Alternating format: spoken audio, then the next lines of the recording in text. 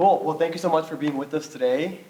Really excited to dive deep into your story and how you built your first company and Pleasure. what you're doing now. And we're going to open it up for some Q&A towards the end. But I'd love to start off with, what kinds of things were you working on and doing when you were a student?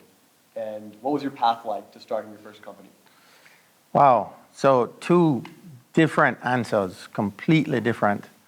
I actually started off in M&A.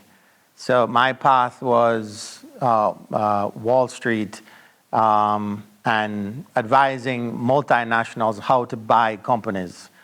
And so I was immersed in the London market, the New York market, the Chicago market for over a decade before I started one company.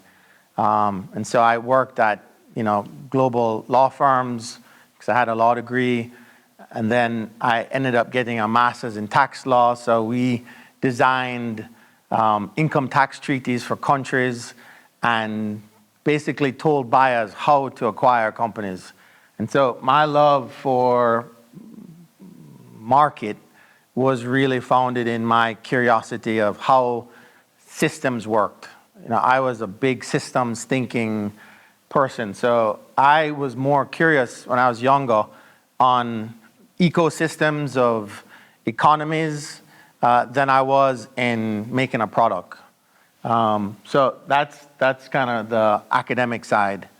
Your second question. What was your path to starting your first company It's a great question. Okay, so I'm in New York.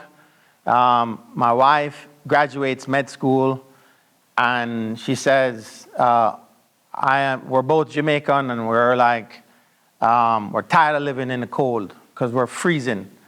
And she says, I want to move somewhere warm. And she matched to do her residency in pediatrics in Gainesville, and there's no M&A here. So by necessity, I had to reinvent myself. And so I ended up meeting the president of the university, and he's like, hey, we've got this tech transfer arm of the university, and I think you would love it.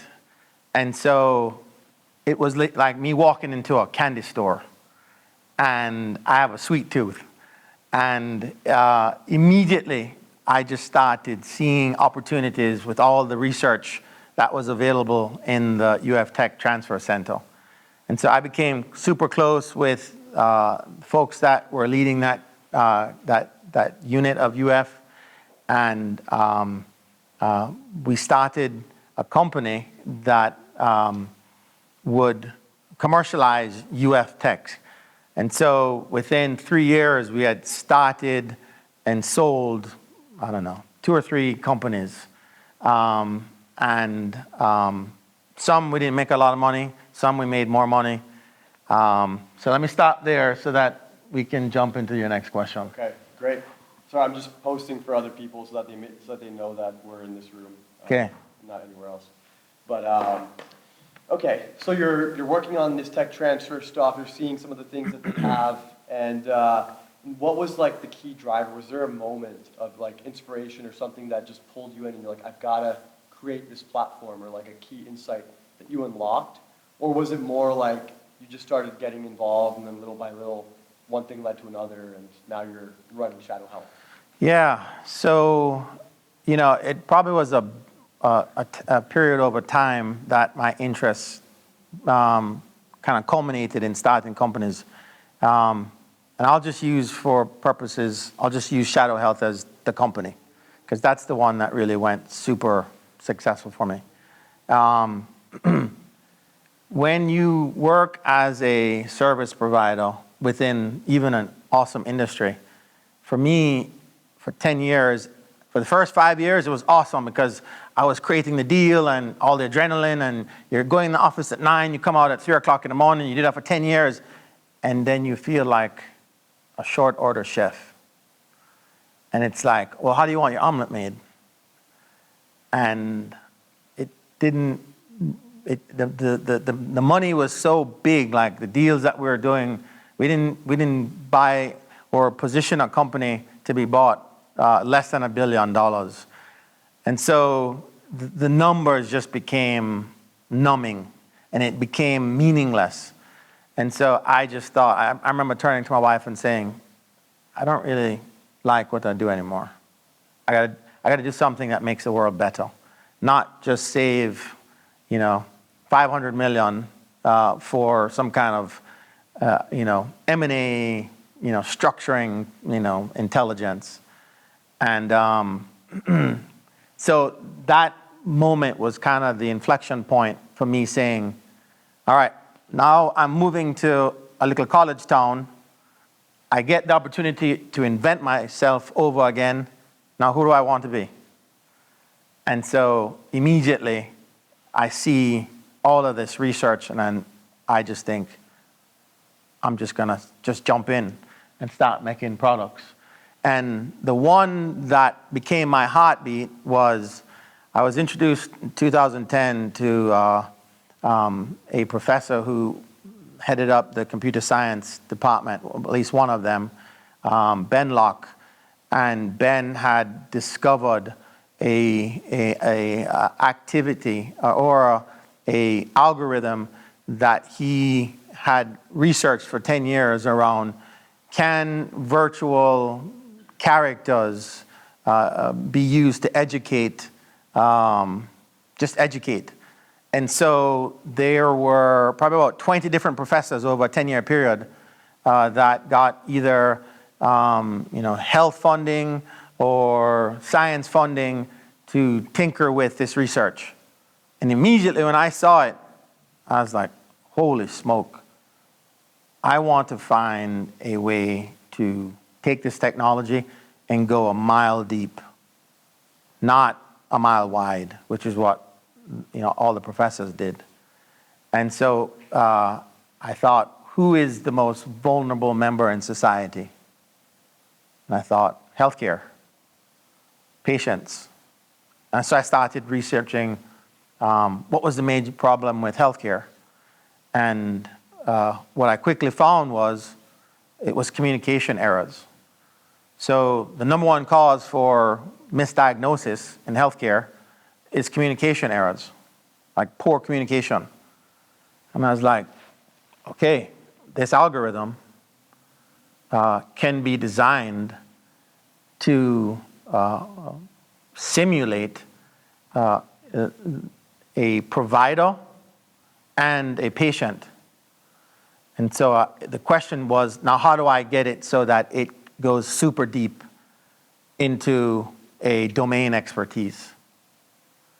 And so I looked at all the healthcare professions, and med school was like the most obvious, right? Because they had in the research and in the literature what they refer to as standardized patients.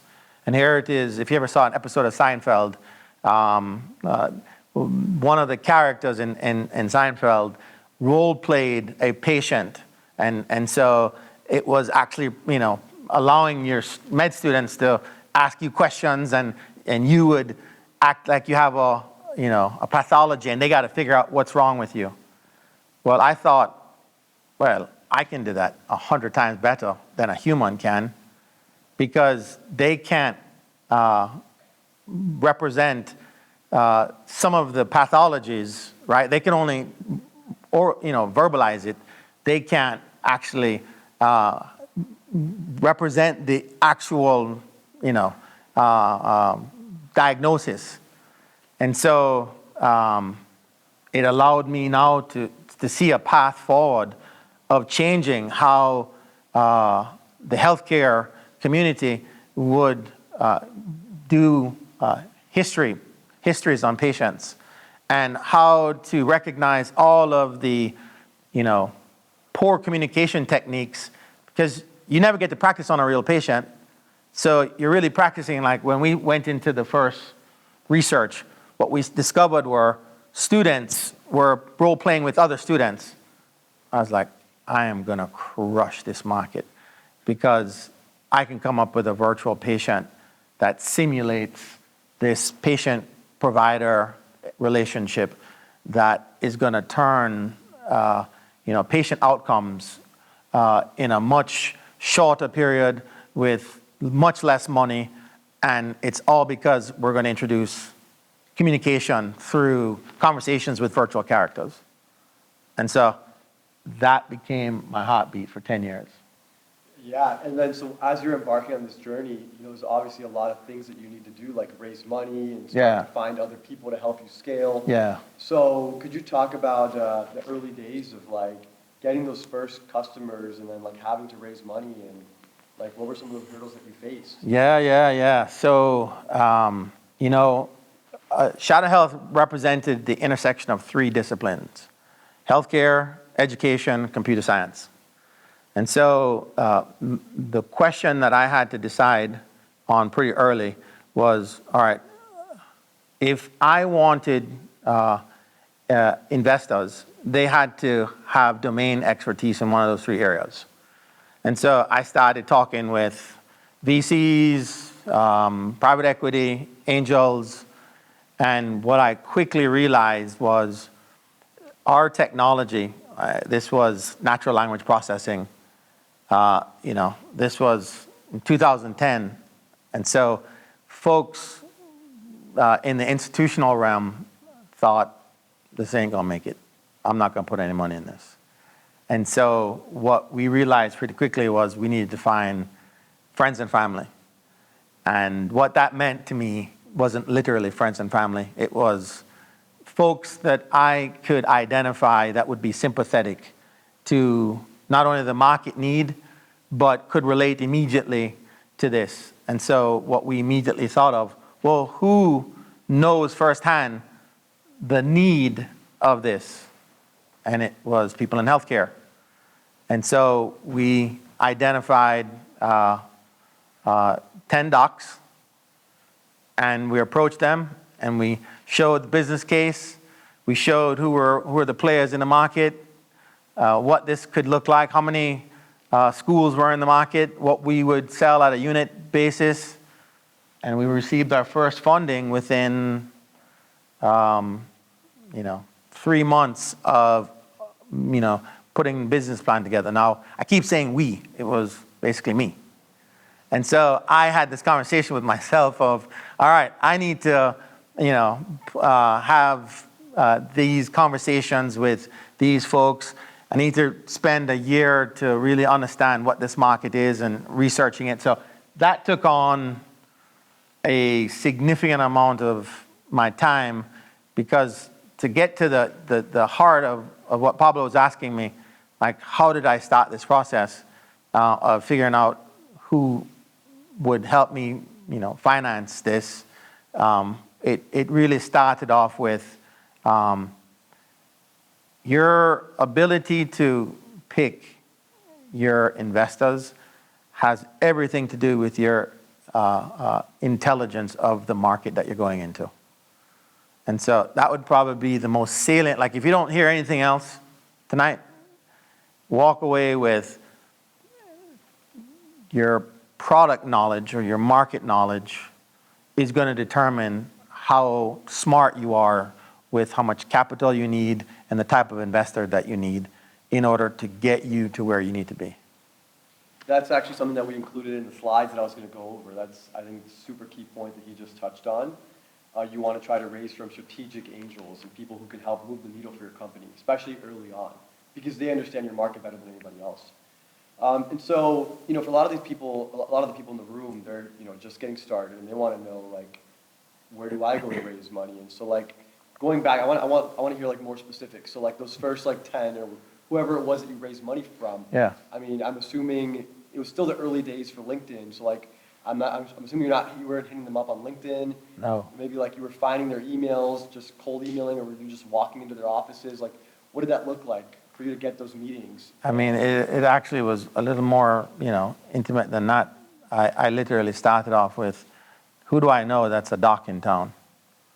And so I'm married to a doc, so I'm like, okay, who does she know that is in the investor type, right? Who's got disposable income? My brother-in-law is a surgeon in town. My sister is a pediatrician in town.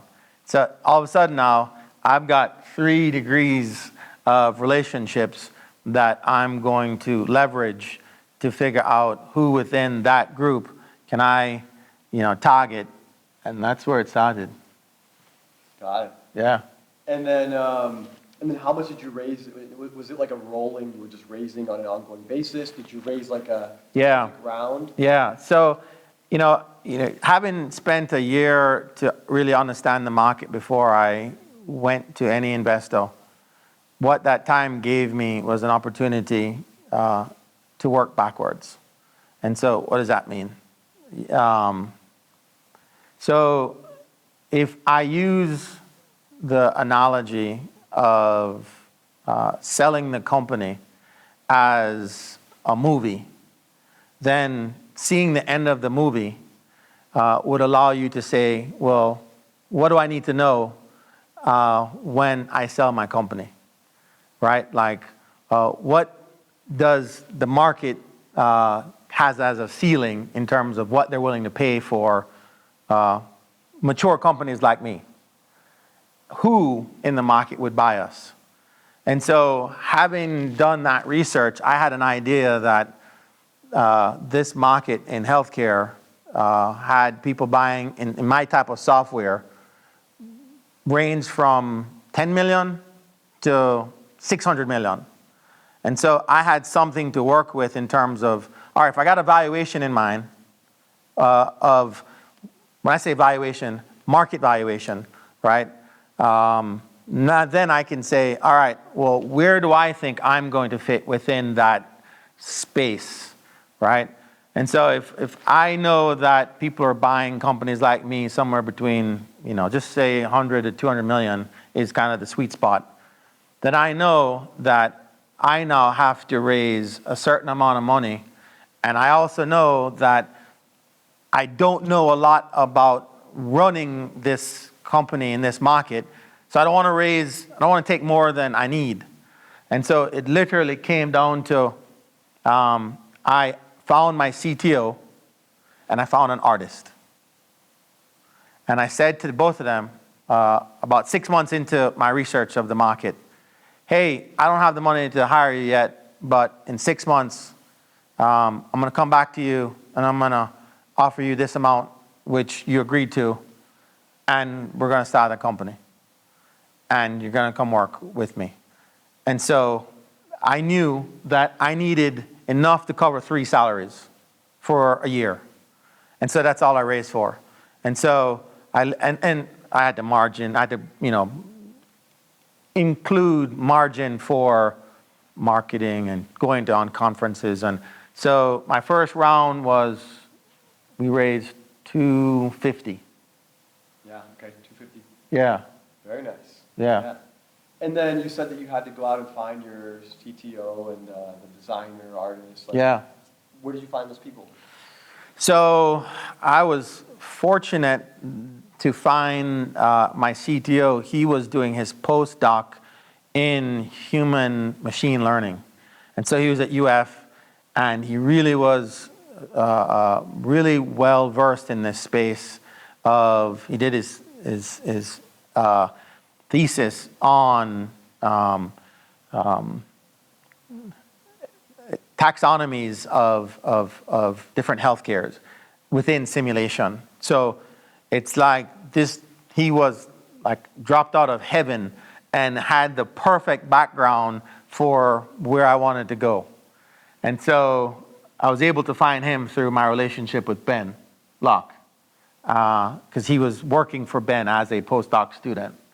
So get to know the professors and the faculty because they can point you in the right direction. 100%. And then I didn't want to spend I didn't want a full-time artist. So I looked for subcontracting artists in town who was working for as consultants. And so I was able to research the local market for artists that I could get 10 to 20 hours of consulting work a week. And I was able to get that person through just figuring out who were subcontractors in town. And so I went back to in order to get the first round, that really informed, like, I'm going to run full speed on the three of us for 12 months. And that would lead into the next conversation with my investors. So I'll let you tee up the next question. Yeah. So you find these people, then you go to the investors, you raise the 250K. Yes. And then, so what comes next? Yes. Oh, man, I'm glad you asked that. So I said to the investors before they gave me the 250, I'm going to sell this to a minimum of 5 to 10 universities before 12 months.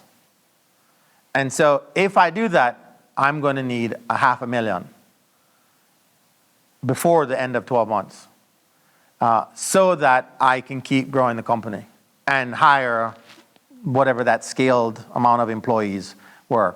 And so what that meant then was I had to be selling this to universities before we had a prototype. So I literally was using a PowerPoint to show to nursing professors. It's a longer story of why I picked nursing, but just assume that was the best market to pick for business purposes and for closest to the patient perspective. But the conversations within the market of me trying to sell a technology that doesn't exist into the average nursing professor was 55 years old and was super intimidated by technology. And no one has any form of technology in the market that would simulate this clinical experience. And so I'm going to sell it with a PowerPoint. And so you can imagine the type of hell no's I got. For every one person I spoke to, no. For every 100 people I spoke to, I would get maybe one. You can give me a call or a second call. It was very discouraging. But I knew that the market needed this. And so I didn't, no just meant, I still need to convince you. And so that allowed me to get to, we had sold 6 universities in the 7th month of development. Because remember, we had a hard drive of a whole bunch of research, but we had nothing commercial. So we had to build out a commercial platform while we're putting new content into it. And so, the short answer is we were putting code and content into the same stack, which is a no-no for, coding. But again, you got 2.5 people in a company with a shoestring budget that had to sell this in order for us to get this next round of financing. And so we became who we needed to. I saw your hand up, so question. No, I was basically going to ask, but you already answered. How many total universities did you go to? Which you pretty much already answered it for everyone. Yeah, it was bad, man. It was bad. And I got to the place where I realized that I couldn't close people over the phone because the technology was a difficult story. And so I had to see them. And so I was on a plane literally 3-4 days a week. And I would make up a script that said, hey, Professor Young, I'm going to be in New York tomorrow. And can I stop by and say hello?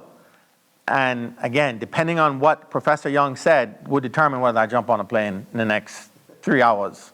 That's great. And I would pick more densely populated communities so that I could leverage, this starving stage of our commercial, go-to-market. So notice I think a lot of people, one of the biggest questions they have is like, I'm struggling to build an MVP or get the MVP to market or get something that's functional. He was selling the product before they even had anything to show, which Yeah. I think is like really impressive, but also it shows like what you can accomplish without even having a product. And so you started selling them. How big were these contracts? The first 7 that you said you got in the first 6 months. Yeah. How big were these contracts? And then as you get the contracts, were they like, oh, this product is dog shit? Because you guys were still building it. It was bad. It was bad. But we had the best customer success on the planet, which was my 24/7. So let me start off with the nature of the contracts. That's your first question. And so we charged $100 per student. And the reason why we didn't want to charge the professors because that's faster adoption, right? And so we're saying school doesn't pay anything. This is a pass down cost. And I needed an analogy for the product so that they could quickly get it, even though it was super complicated of a story. So I said, it's like buying a textbook. We're just a digital textbook. And they're like, oh, okay. And so the contract, again, these first few schools, I think the biggest one was, 50 in a classroom. So again, you got $5,000. And so times 5 universities, just average it out. So you're looking at, 30 grand, but 30 grand demonstrated market adoption. Because I'm showing my investors, I'm selling this thing from a PowerPoint. And they haven't even seen the magic of this thing being able to communicate back to questions asked by the student. And so, like, the magic that I was selling had more to do with the magic of storytelling than it had to do with the magic of the technology. And so, if you kind of go back to the 3 things that investors typically ask, how big is the market? Can the product do what you say it can do? Can your team execute? Well, the reason why the institutional money didn't want to put anything in is they didn't believe that the product could do what we said because it didn't exist and we couldn't show them because we're still building it. And so now let me move on to the second question. How rough was it? Well, the first 6 was super rough because you got to remember, not only am I selling, but I have to also onboard the nursing educators. And so they're asked, like, my wife was, every day she would make fun of how many nursing textbooks that I read within the first 12 months. Because not only does the market not have the same textbook, it has like 10 versions of 10 different textbooks on the same subject matter. And it's because the market is publisher driven. The big publishers were, again, from a business standpoint, let's kind of pause there. The big publishers, I knew from before getting into the market, what I told my initial angel team was, here is who I'm teeing up to buy us. Because they are content providers, but they're not innovators. So they have a subscription model on textbooks, but they don't do any R&D. And so I knew that within 10 years, I'm gonna position myself as the prettiest girl at the dance, and you're going to want to take me everywhere and show me off. And so the question is, how do I buy time to get there? And buying time looked like having a retention rate that matched my adoption rate. And that meant I had to have customer success, meaning me first, to ensure that I had to answer every question that you had on how to use this product. Well, in order for me to know how to use it, I first had to understand what you were teaching before I could tell you how to tailor this product to supplement the actual, conversation that was taking place. So I literally read 10 400-page textbooks on health assessment. And we handpicked that subject matter as our first product because what I quickly validated was this was the diving board to get into all the disciplinary areas of the market, all the specialty areas, right? If you don't know how to take a history on a patient, you sure can't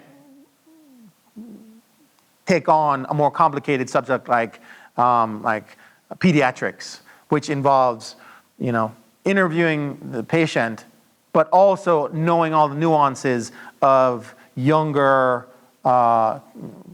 patients, right?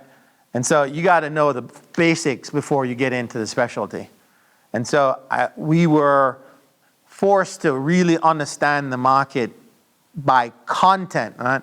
And I can't specify this more importantly. You're going to be only as good as your domain expertise.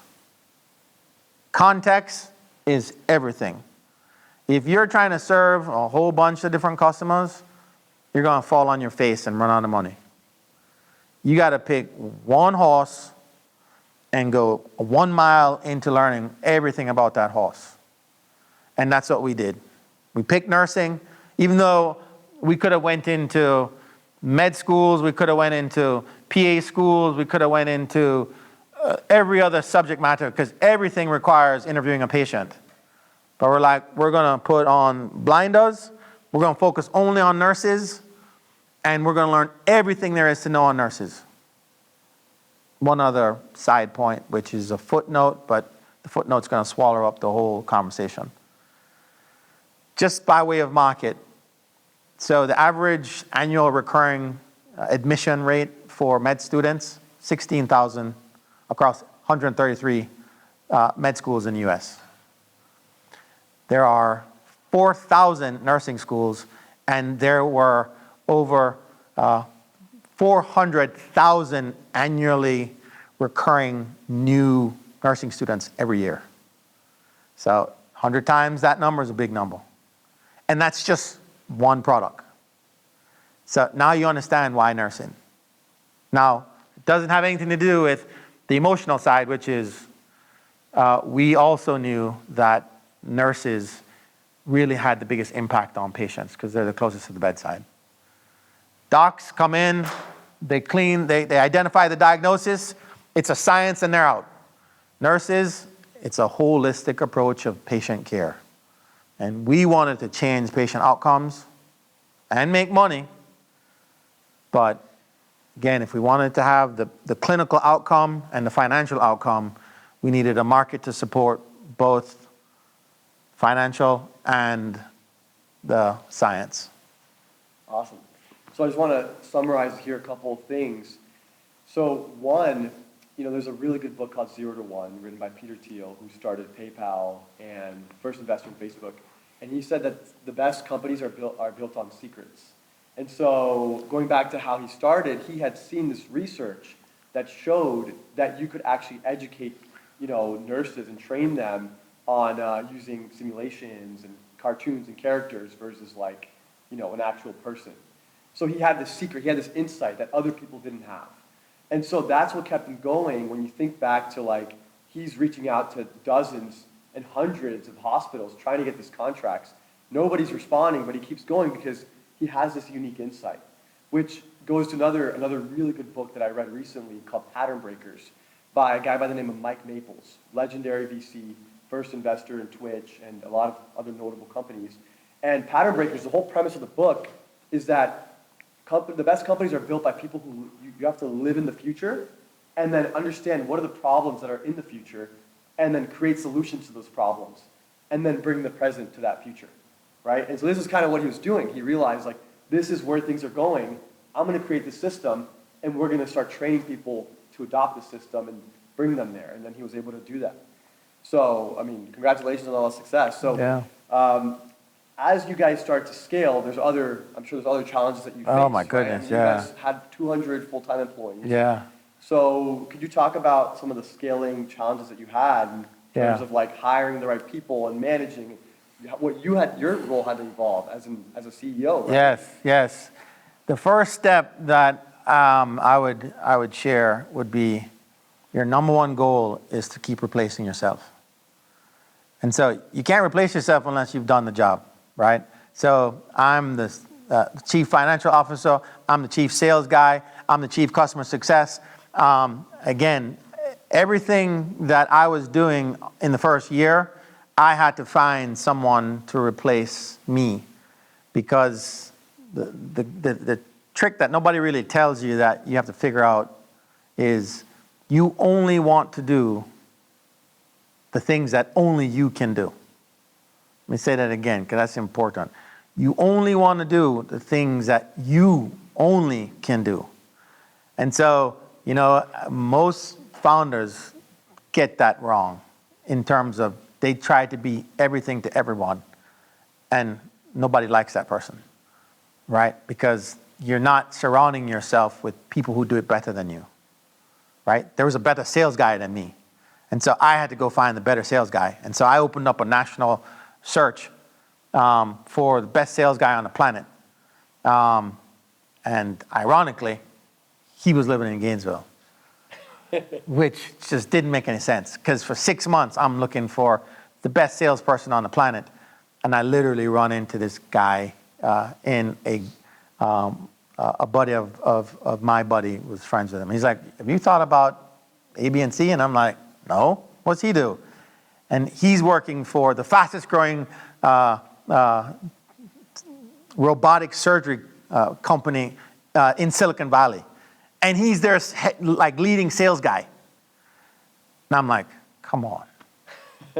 What are the chances? Is this the person who's with Admiral now? Yes, Rob Cade. Okay, yeah. Yes. I haven't met him in person, but I've heard about him. You got to meet him. I got to meet him.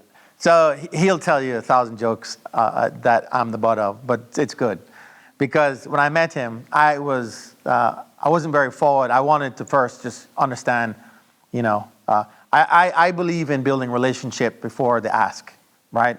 So I start off with, hey man, so tell me a little bit about you, and tell me about what you do at this robotic company. And so our relationship grew. And then I'm telling him that I'm looking for this position.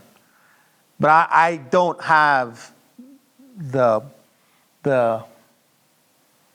courage at that point to tell him that I can replace his $500,000 salary with, pennies, right? And a dream for the future. So I have to let him get to know me and have the vision soak a little bit. It's got to soak, because it's a big vision, and I can't sell it over coffee, right? It needs time. I had my CTO, and so I was able to allow him to tell me, okay, who's your next guy to scale? And so he was able to tell me, and then I would go recruit him. Because our CTO was very quiet and reserved, and he wasn't really the sales guy, even in recruiting. So I had to play the HR of recruiting for the team, but I could leverage his technical expertise of understanding, who's next, right? And it was a web platform guy. So we had to scale. Our game engine was Unity, right? And it's a pretty well-known game engine. But we didn't have a web platform to let this app sit on. And you need someone that understands web coding in order to build the right platform. And so that was a big deal to find that person. And even though we researched nationally, we ended up hiring a guy that was in town. And so it was like, again, this town has some of the best talented people in startup world. I mean, it's amazing how much talent we have in town. Anyway, and then so I end up looking for folks that could replace me in customer success. And so I'm thinking, all right, who makes the best customer success person in nursing? So I said, we're going to look for someone who is a nurse and educator. And so we ended up finding educators that had backgrounds in nursing that, again, you always want the customer to feel like they're talking to someone who's like them. And so we were able to support our folks. And then we also hired educators, folks that had their masters in education, that, again, understood the scaffolding of the curriculum and all of these words that I had no clue of 10, 15 years ago. And so we needed educators that could talk to our educators. So again, I remember my first time pitching this to UF Nursing. I wasn't a big fan of the then dean. She looked at me and said, who's behind this? And I said, me. And she says, well, who are you? And I'm like, I'm me. And she's like, one, me ain't enough. Two, you're not a nurse. Three, like, where's the nursing science and all that? And I'm like, well, I built it based on all of, my conversations with other nurses. And she's like, nope. And so the point that I'm sharing is that even though you need to scale based on the domain, you're going to have a lot of folks that won't respect that pedigree because you don't meet their perception of what they need to, and that shouldn't discourage you. You should just hear, all right, clearly you don't want to buy it today, but I'm going to come back and you're going to buy it at some point, and it's going to be more expensive. And so you're not getting the discount of early adopters. And again, so that's some of the challenges, but it's not even a glimpse of really a lot more. Yeah, and one of the things you touched on is something that we covered previously about founder market fit. You shouldn't be trying to solve a problem where you have no expertise, experience, or connections. Like, for example, like he had family members and his wife, they were all in the healthcare profession.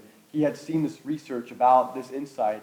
You don't want to try to solve something for somebody that it's so hard to reach. And as he started to build out his team, he was finding people who were in the industry because they had a unique understanding of this industry and how to communicate with people in the industry. So I think that's super, super key. Okay, so you guys end up scaling, and then I guess let's skip to the end, the good part. So yeah. How does the acquisition come about? Yeah. Did somebody just call you up and reach out, or? Yeah. So the good news is that we were growing probably 40% every year over year, which is a healthy number. So we had, in year 3, we had a buyout offer.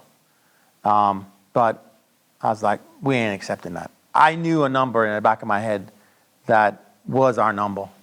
And so year 5, another publisher came out and offered this, and I'm like, nope, still not enough, because we need to have closer to the number that I know it could get to. And so during this time, you're building a brand that has a certain value in the market, and we became known as the product leader in the simulation space. And so that in itself, you can take 1,000 valuation classes and you can come up with 1,000 different ways to value your company based on discount, value, cash flows, and all of these different things. But at the end of the day, it's going to come down to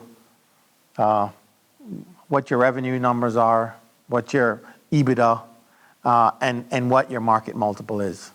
And so you got to have an idea of where you want to be and how you can justify that number. And so keep in mind that before I started, I had an idea of what companies were getting acquired for in the software space within healthcare. And so I knew the range that I wanted. And so in the 9th year, when we got approached by who would be our acquirer, I didn't want to sell. And here's the irony. I wasn't playing hard to get. I was now in conversations with private equity, raising 30 to 50 million with, again, some big private equity groups. And so here comes now this strategic that says, hey, we want to, and I'm like, I've heard this song and dance, but I don't have no time for you. You're going to tell me I'm pretty and then all of a sudden you're going to tell me that, you're only going to give me this. And I was like, if you want me to take you serious, here's my number. And they didn't blink. And I was like, we got something. We're on to something. We're on to something.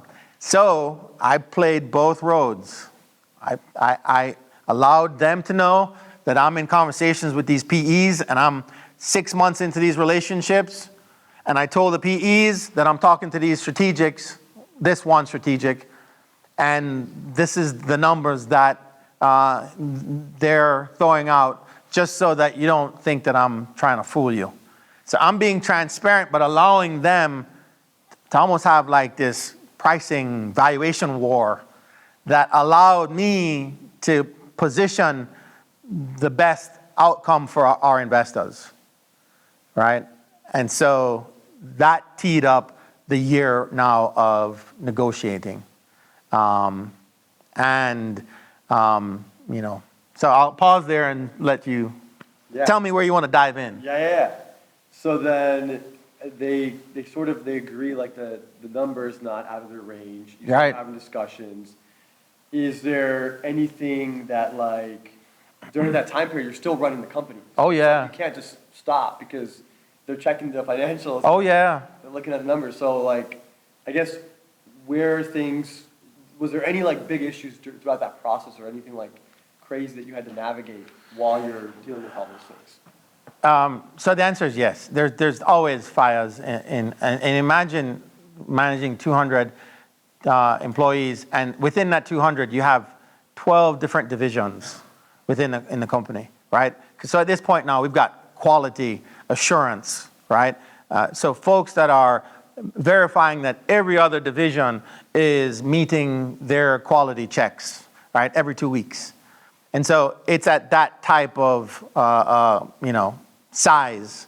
And so there's personnel issues, but again, the way that we ran the company, we allowed for a very transparent operational process. So I am telling the team about the private equity path and about the acquisition path, which is a no-no. Like everybody who I went and got counsel, they're like, no, don't tell anybody yet because the team's gonna want to jump. And I'm like, look, I've told them when we weren't sure if we're gonna make payroll. I'm not gonna hide this. They've been, I've been super transparent and with every aspect of what we do. And so it allowed for, and the team, again, you build a trust over 10 years with the team. I think, so let me go to a talking point that was hard. So in the 6th year, this was the hardest thing I ever did. And probably still remains the hardest thing I've done. In the 6th year, the folks that helped me build the first 6 wasn't, the majority of folks weren't the same ones that could take me from this amount of revenue to the next scale. And so we had to make certain positions obsolete because the company had to change the way we were doing business to be more positioned to grow. And the skill sets were different. And so we had, this was again, just like I want to vomit just thinking about it. We had 16 employees that I had to let go.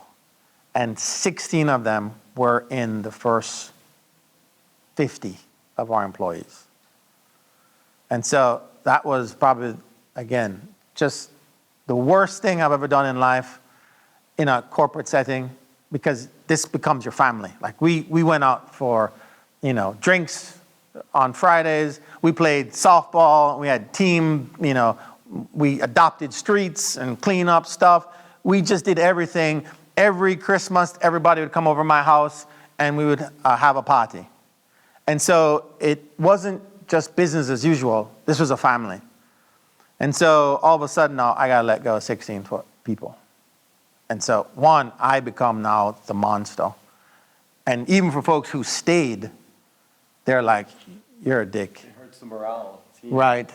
And so everybody who stayed, they thought they just let go our closest people that, grew.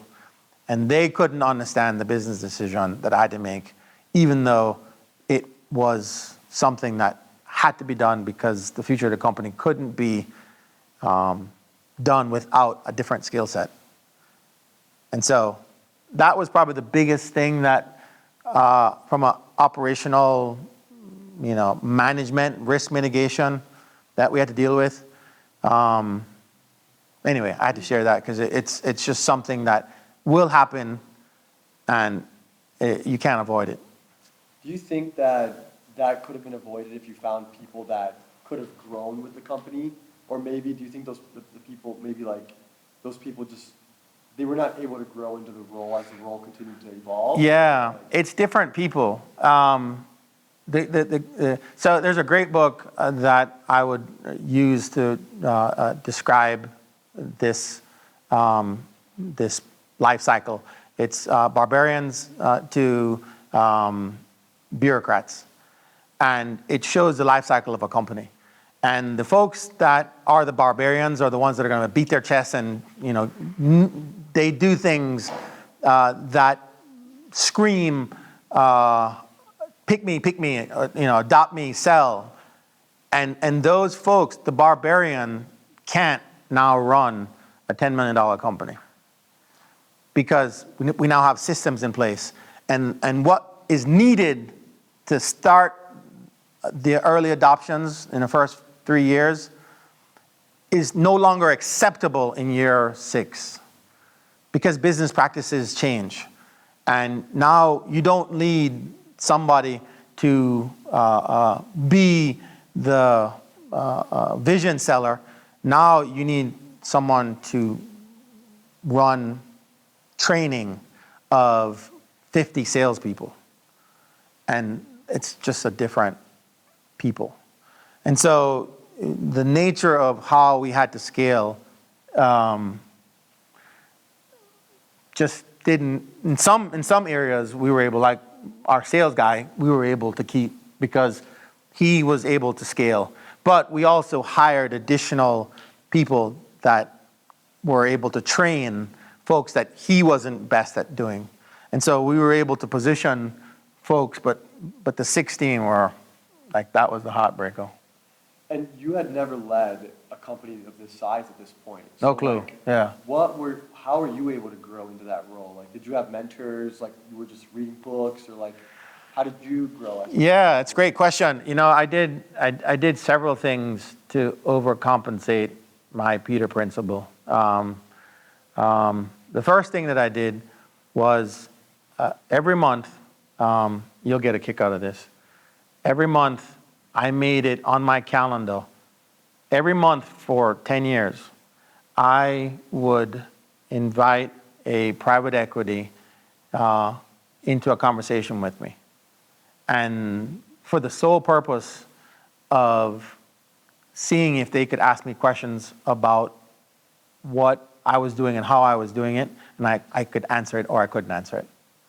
And so it became a litmus test of what I didn't know, what I needed to know, because I was the first one to raise my hand and say, I don't know how to run a 50-person company. I don't know how to run a 100-person company. I don't know how to run 150.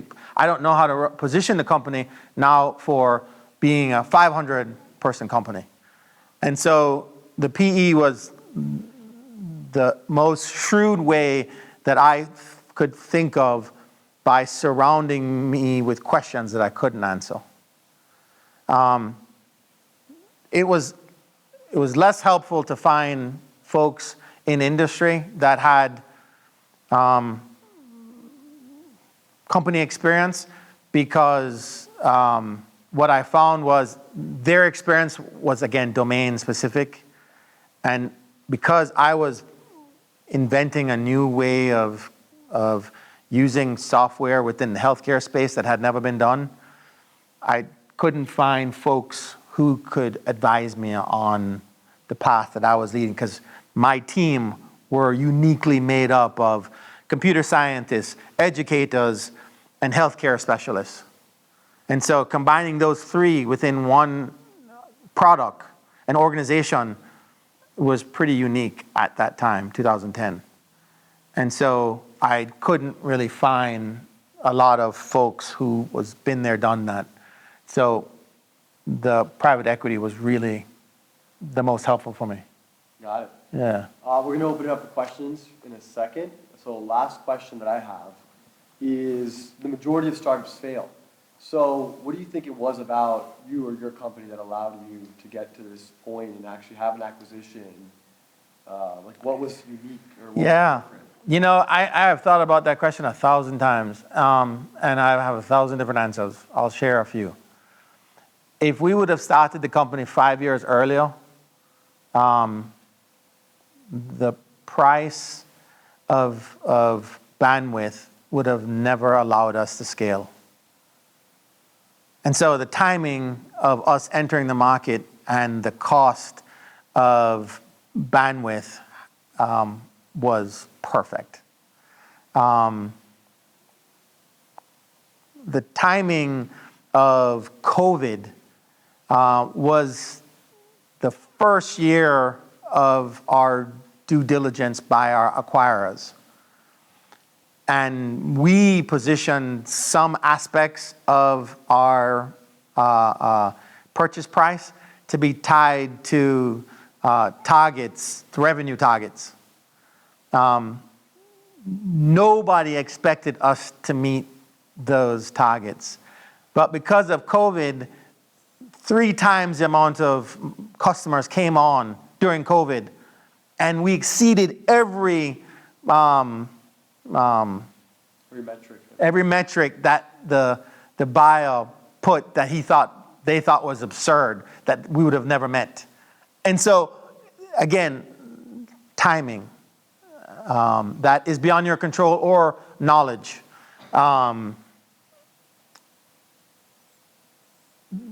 When we went to our first nursing conference, the market, including med school, the market, it literally was all books. And we were the only vendor that had 2 big Apple monitors. And I remember thinking, holy smoke, they're either going to hate us or they're going to love us. Because there's no electronics here. I mean, nothing. It was literally textbooks.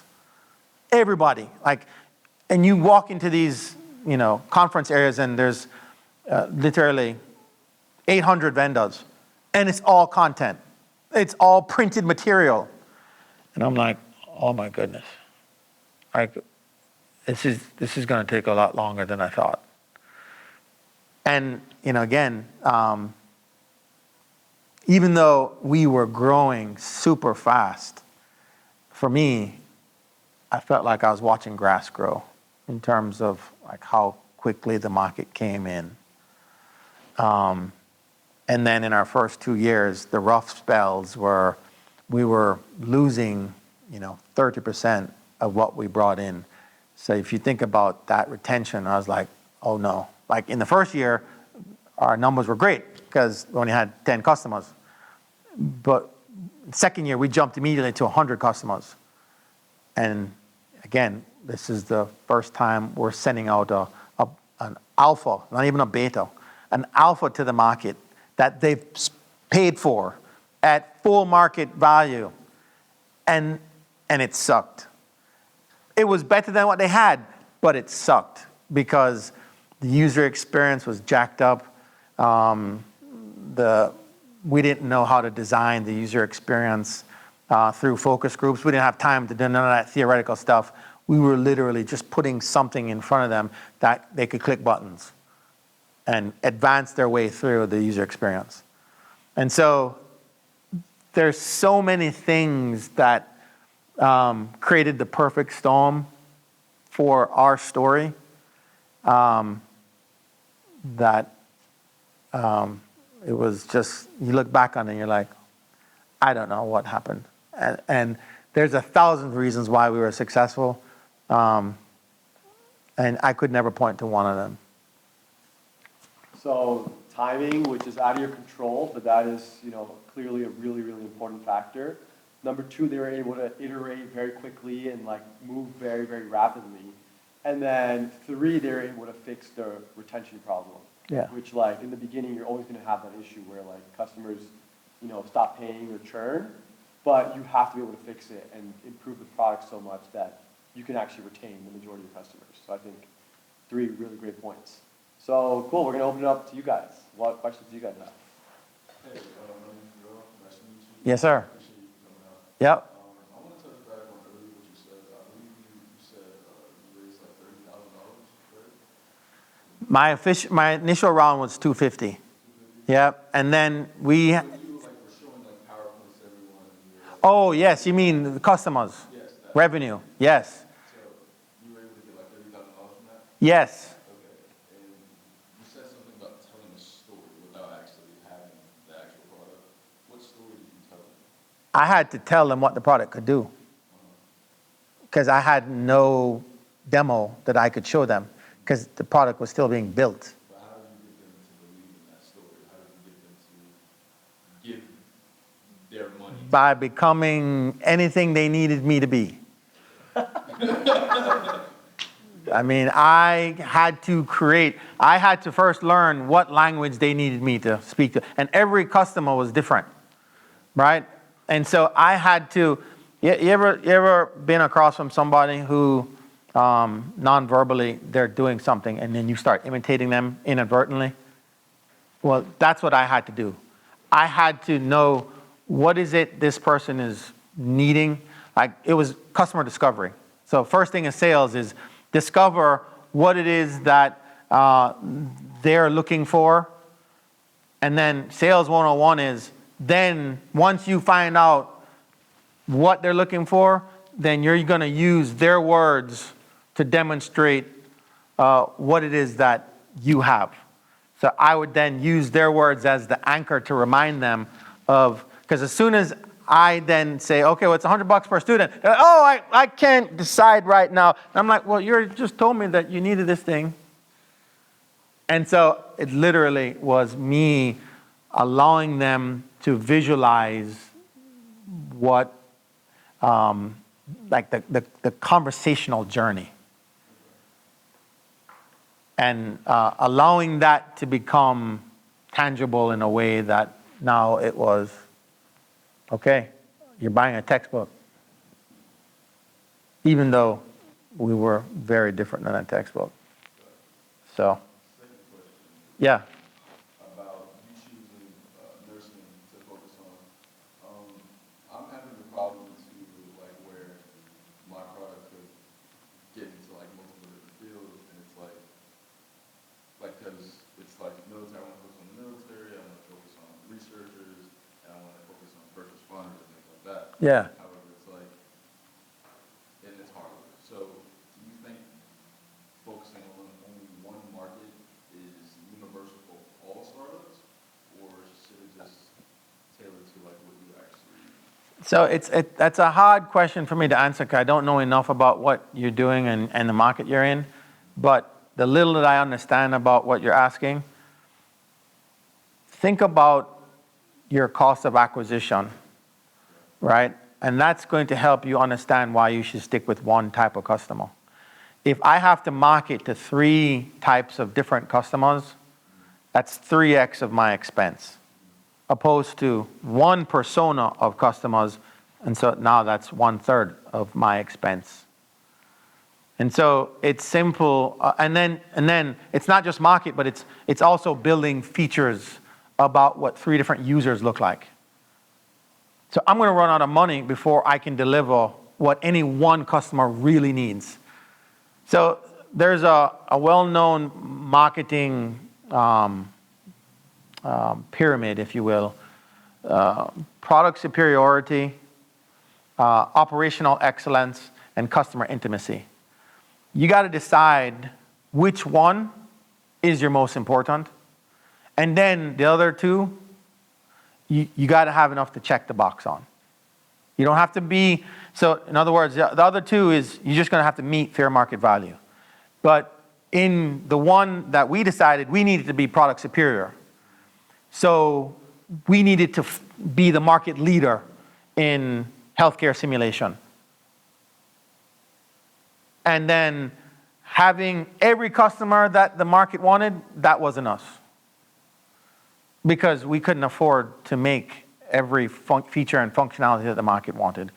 And we also couldn't make the best UX, because to slow the company down, to redesign our user interface, just meant that most customers wouldn't care. It's like 10% that's focusing on UX. And so if you think about those three, you got to be able to pick that decision process for your customer. If you got 3 different types of customers, there's no way that you can afford to run your company. Unless you're Elon Musk. And you got Elon Musk type money.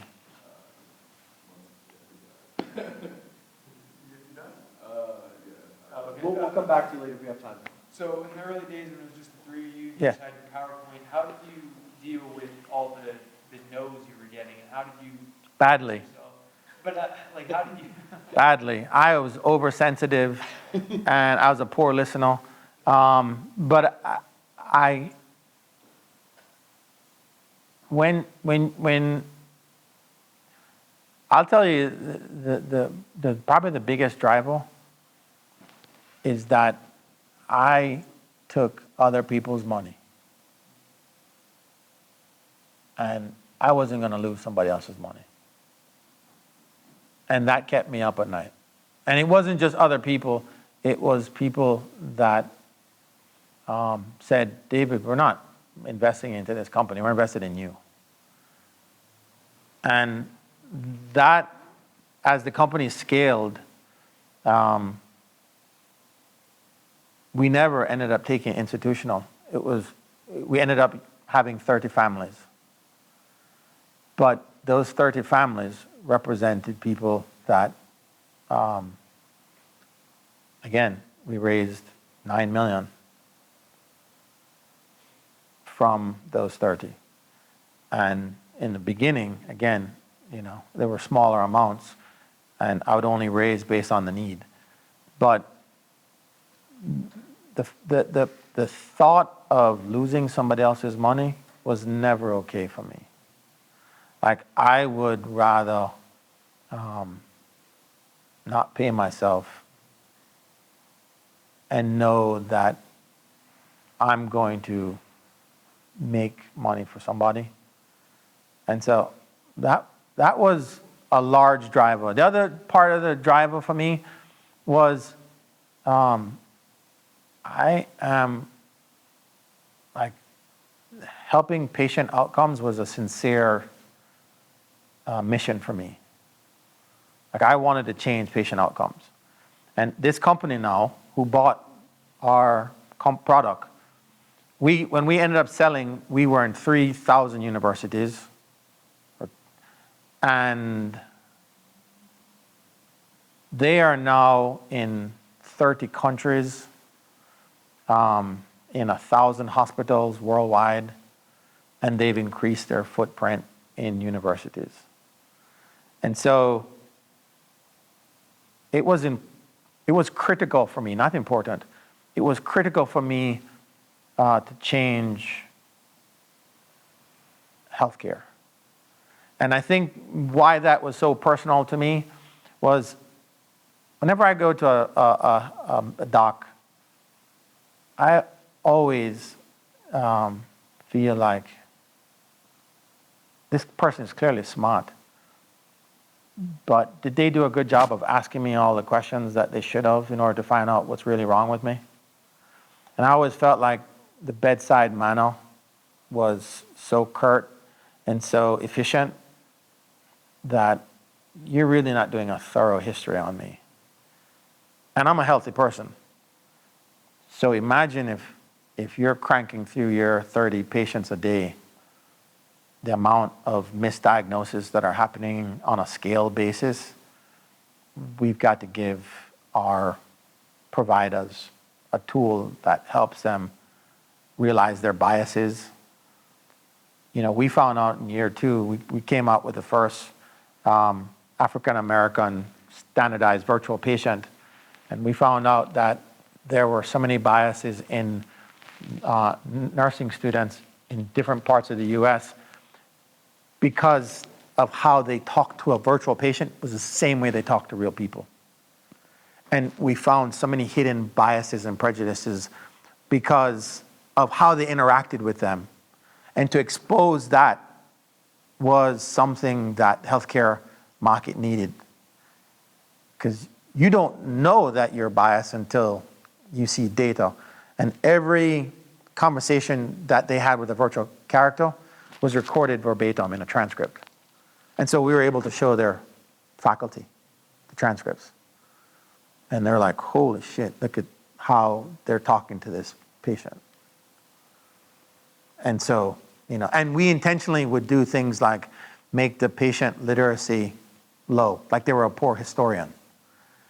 And we would see how the nurses would skip over things when we intentionally planted a bomb of poor literacy, and they just said, oh, well, this must be just their low education as a patient, and wouldn't pursue the thing that was necessary to check off the right diagnosis. So to know that we had a contribution to change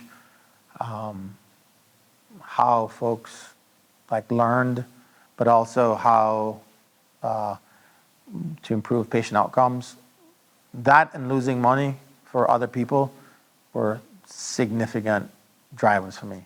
They were non-negotiable. So there's been a lot of studies on now using, I guess, ChatGPT, those things medical diagnosis, and they've been pretty good on the whole, I guess, science side. The latest paper that just came out essentially was talking about how on these talking of biases, it had a higher degree of empathy than even actual doctors did in general.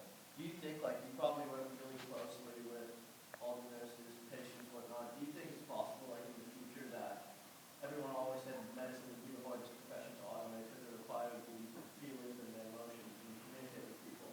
Do you think there's an alternative situation where technology could potentially be better than humans on that side of medicine?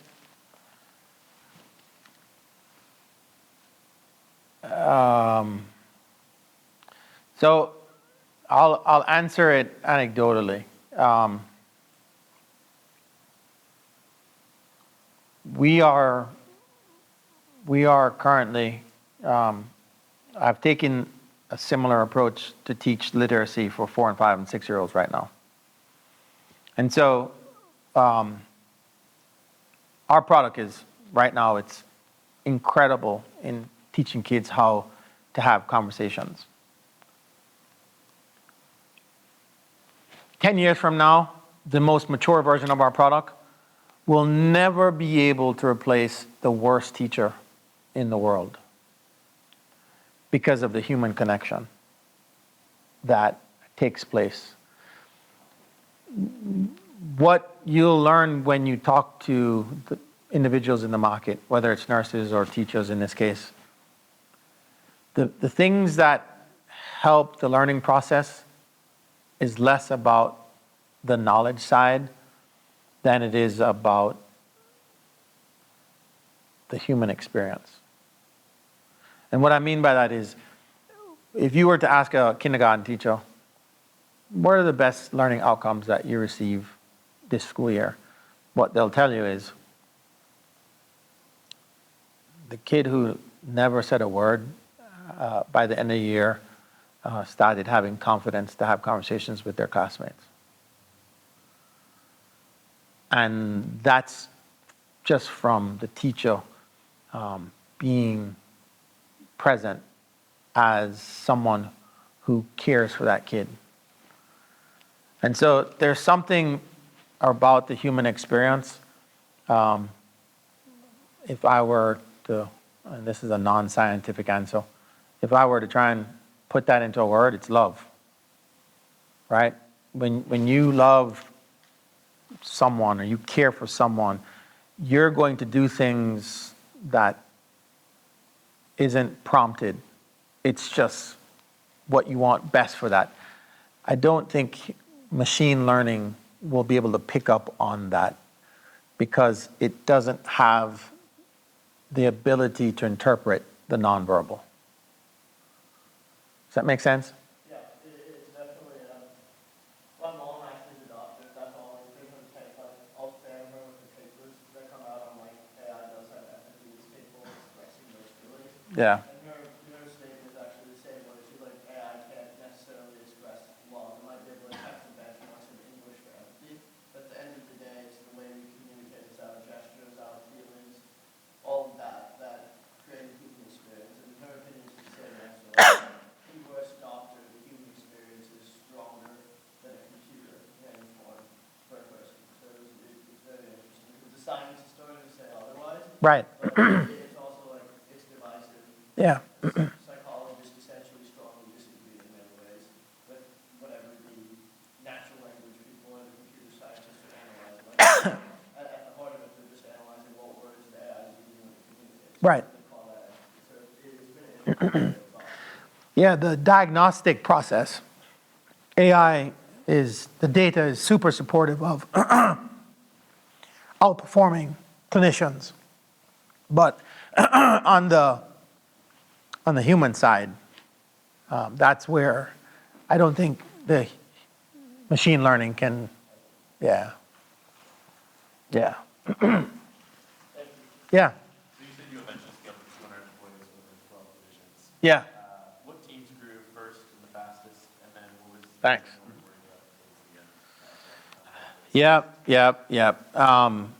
So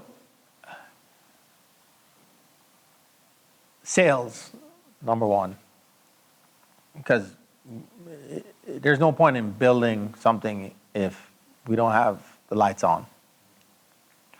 So I would highly, highly, highly recommend that your largest expense should be sales.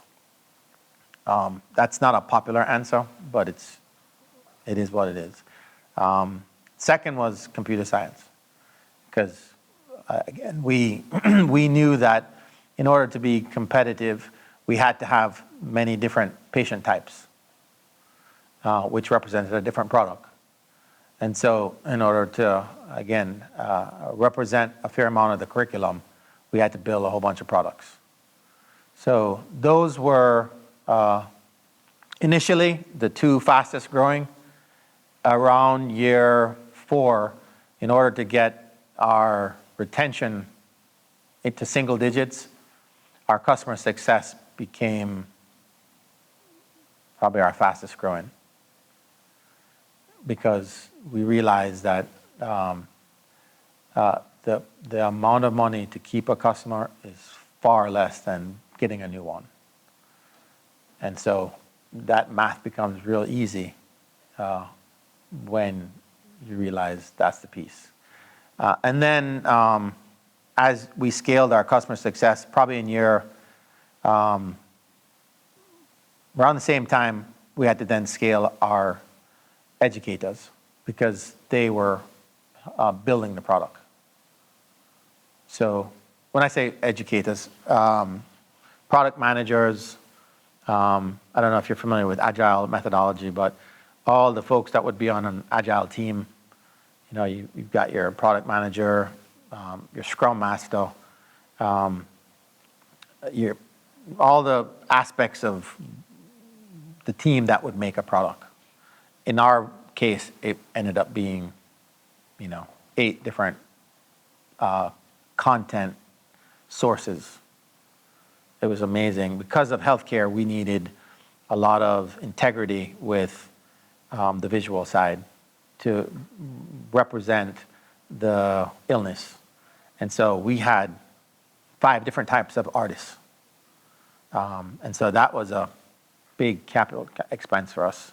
The bigger thought was 85% of our expense was people.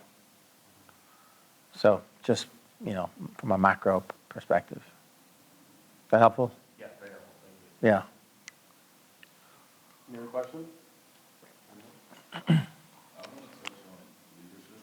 Yeah. You said a couple things that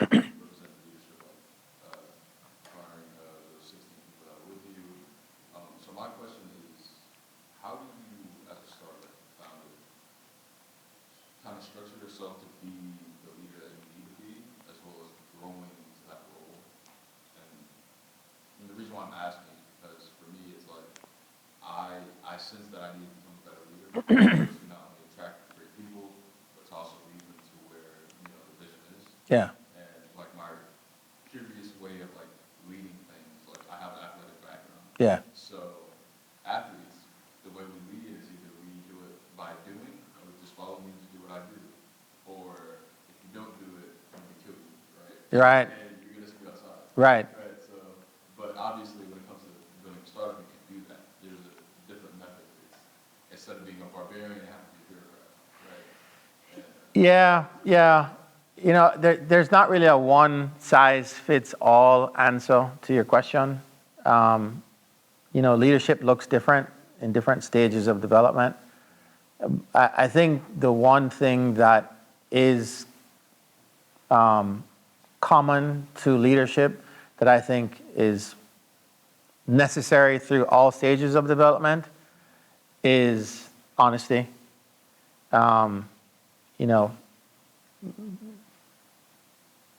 Being transparent with my team, no matter how bad it was, allowed people to trust me even when I had to do things that nobody liked. Anecdotally, I remember year 3, there was an employee that the team saw as not replaceable. But this person they would create sometimes a very toxic environment, and I had to get rid of that person. And I remember the team thinking, that's the stupidest thing I've ever seen you do. And again, that's sometimes what leadership requires, is making the tough call or doing the thing that everybody's telling you not to do. The method is important.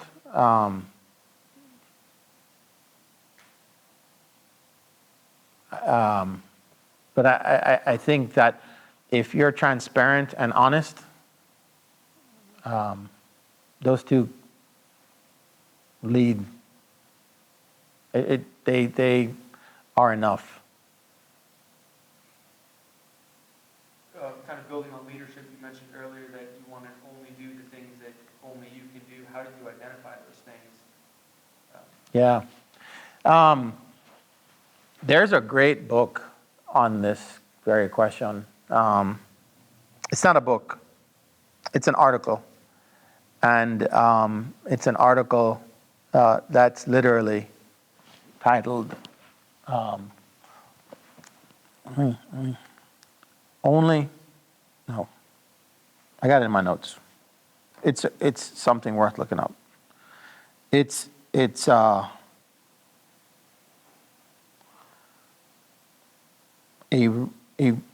of the best articles I've ever read on this very topic. Give me 1 second. I'll find it.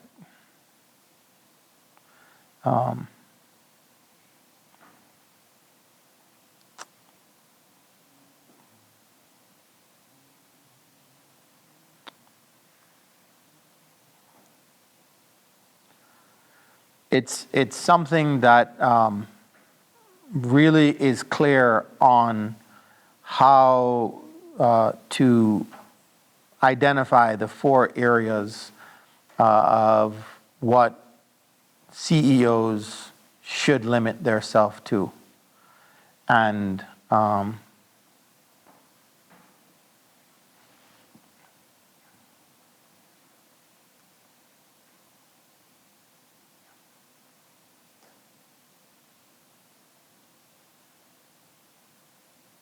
as this thing is looking up, you start by common sense. If you remember what I was sharing earlier, you got to replace yourself. And so the number 1 goal is figuring out, all right, who can do things better than me? And so it requires a lot of humility. But there's an old adage, always try and do yourself out of a job. It's literally that process. And one of the ways that I would challenge myself in this area would be having to write a job description of what I would do in that position, and then during the interview process, see how that reconciled with who I was hiring, because that became like kind of the criteria that we would talk about.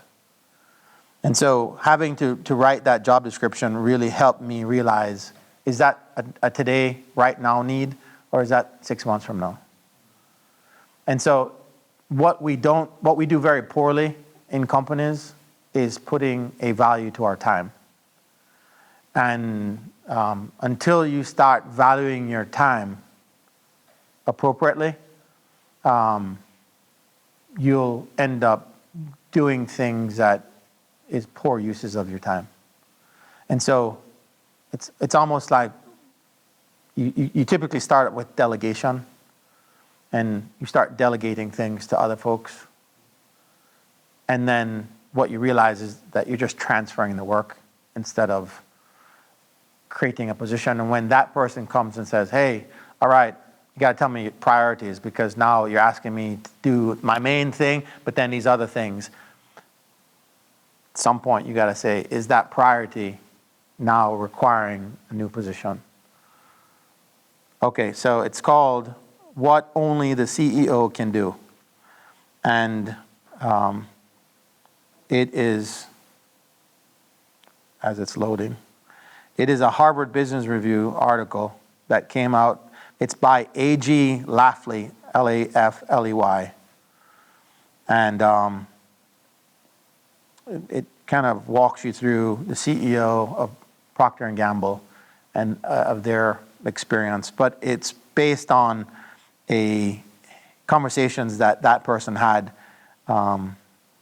I want to say it was with Brooker, but I'm not sure. I can't recall. I read it a long time ago. But it's a really good article. I would recommend it highly to everybody in this room. It's an easy read, and it really identifies salient functions that CEOs should limit themselves to. And it really helps you understand the balance between internal and external. And it lays out some really simple truths about the number one enemy of growth is spending too much time on the inside. And so, by nature, we want to create, but what we really need to be doing is being in front of the customer. And that's outside. And that balance between being in front of the customer and building is huge. There's another great book, The 4 Steps of the Epiphany. And it distinguishes between customer discovery and product development. Most folks run right into product development, and then they waste a ton of money because they never spent time with the customer to discover what the actual product market fit is because your money is really spent in production. Customer discovery is the most important insight about the market and who you're building the thing for and why. But everybody skips that step because they want to be Steve Jobs, right? And, I've got the new iPhone. No, you don't. Go talk to the customer.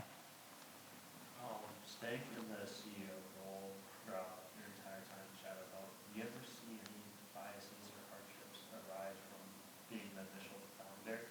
And did those negatively impact the company in any way? Yeah, I'm sure they did. My most favorite saying was, I don't know what I don't know. And at every stage of growth, I didn't know what I didn't know. And so what you'll learn as you grow companies beyond your competence, which happens quickly, is you got to raise your hand and say, I don't know what the hell I'm doing. but I'm going to figure it out. And the same diligence that it took for you to figure out how to put together your business plan is the same diligence required at every step of the path of becoming competent. You're always incompetent. It's just a question of how you can become more competent. Yeah, like in year 10, was I competent to run the company that I had? Yes, but not to take it to where I wanted it to go. Were there any traits that in the beginning you think were super helpful to either being resilient or staying in the game? And then as you got further into your business, like let's say after your first 50 employees, it became like thorns in the bush, something like that? Like traits that were helpful early, negative later? Yes, yes. So you can say it with an old adage, right? Like your number one strength becomes your number one liability, right? And so you find that to be true in growing a company, right? So because I was the everything on day one, I tended in the first couple of years to be more involved than I probably needed to. And I had to learn to give without managing what I gave. And when my team was like, hey, you gonna do my job for me? Is when you start realizing, all right, I'm gonna back the hell up and let you be you. And so that was a large part of what I had to keep, you know. And I can tell you that folks in year 10 would have probably said the same thing. Massias is too damn controlling. You know, when everybody is, when I'm responsible for every decision, if it fails, it's always my fault. I don't care where in the company failed. It's my fault. When I'm giving my board of directors updates, it's my fault. No matter what went wrong, it's my fault. If I'm going to be liable for everything that happens, no matter whose fault it is, then I have to be aware and I have to guide that ship. Now, are there better ways to run the company than that? I'm sure there is. But what I've kind of realized in life when, typically when I'm running the process, things can be successful. Most of the times when I fail is when I delegate too much. And the process isn't as comprehensive. Yeah. But that's you know, it's a tough balance. I don't think that I've become my best version yet, in that I still need to let go sooner. All right, we're coming up on time. We can take one more if anybody has one more question. If not, we're going to wrap up and we'll do a picture. So, cool, I think we have nothing else. So give it up for David. Hey. Thank you so much for joining us. Yeah, man, this was great.